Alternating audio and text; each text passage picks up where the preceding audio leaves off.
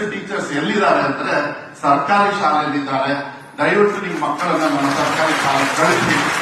ಒಂದು ವೇಳೆ ಇರ್ಬೋದಿಲ್ಲ ಅಂತ ಹೇಳಿ ಅದು ಕ್ರಮೇಣ ಆಗಿರ್ತಕ್ಕಂಥ ವಿಚಾರ, ಅದನ್ನು ಸರಿಪಡಿಸ್ತಕ್ಕಂಥ ಸಂಪೂರ್ಣವಾಗಿರ್ತಕ್ಕಂಥ ಹಣಕಾಸು ವ್ಯವಸ್ಥೆ ಇರ್ಬೋದು. ನಮ್ಮ ಸರ್ಕಾರ ಬಂದ ಮೇಲೆ, ಯಾಕಂದ್ರೆ ಹಿಂದೆ ಏನ್ ಮಾಡಿದ್ದಾರೆ ಅಂತ ಹೇಳೋದಕ್ಕೆ ಹೋಗೋದಿಲ್ಲ, ಆದ್ರೆ ನಾನು ಮಾನ್ಯ ಮುಖ್ಯಮಂತ್ರಿಗಳಿಗೆ ಧನ್ಯವಾದಗಳನ್ನ ಹೇಳಲಿಕ್ಕೆ ಇಷ್ಟಪಡ್ತೀನಿ.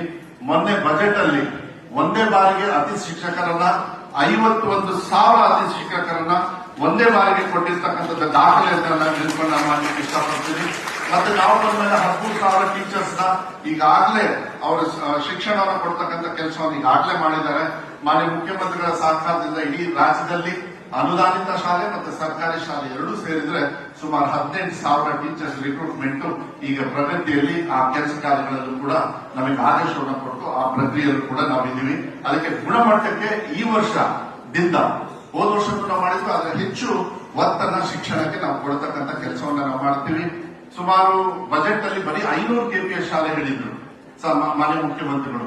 ಆದ್ರೆ ವಿವಿಧ ಇಲಾಖೆಗಳ ಎಲ್ಲ ಸಹಕಾರದಿಂದ ದಾಖಲೆ ರೀತಿಯಲ್ಲಿ ನಾವು 900 ಶಾಲೆಗಳನ್ನ KPS ಆಗಿ ಮೇಲ್ದರ್ಜೆಗೆ ತಗೊಂಡು ಹೋಗ್ತಕ್ಕಂಥ ಕೆಲಸವನ್ನ, ಒಂದೊಂದು ಶಾಲೆಯಲ್ಲಿ 1,200 ಮಕ್ಕಳು ಕಲಿಕೆಯನ್ನ ಮಾಡತಕ್ಕಂಥದ್ದು ಕೆಲಸವನ್ನ ಇವತ್ತು ಇಡೀ ರಾಜ್ಯದಲ್ಲಿ ಮಾಡ್ತಾ ಇದ್ದೀವಿ.